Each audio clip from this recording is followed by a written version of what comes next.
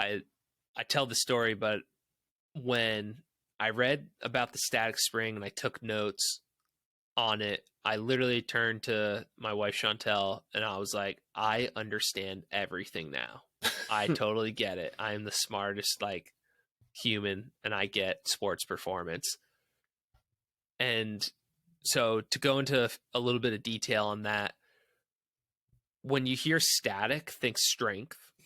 When you hear spring, think like bounce, tendon, elastic, reactive, or speed. So I always use Russell Westbrook as an example. I was a huge fan of him when he was on the Thunder, and he could drive down the middle of the lane, 2 steps, plant his leg, and go up for a massive dunk. And what allows him to do that is his static, which allows him to spring. Okay. So when you're going to jump, whether it's off 1 foot or 2 feet, you're going to plant into the ground. And in that split second, you need incredible stiffness in your ankle joint, your knee joint, and your hip joint. So you need all your muscles to coordinate, sync up, and squeeze those bones to stop them from moving. Right? So that's that static portion. So when you hear static spring, when you hear static, think strength. You need to have remarkable strength to lock down your ankle, knee, and hip joint.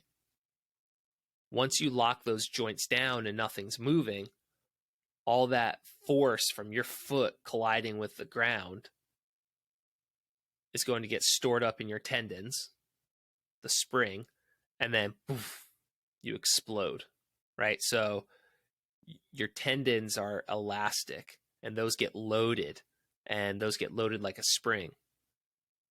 But if you're losing, your platform, so to speak, because you're deforming at your ankle, knee, and hip, and you're not strong enough to withstand that force, you're not going to get the same spring effect. So when you go to jump, when you go to dunk, when you go to do anything, your strength keeps your joints static, which allows your tendons to spring. And that's why fast people are fast. In that split second, they're so strong, everything gets loaded up and they could just explode.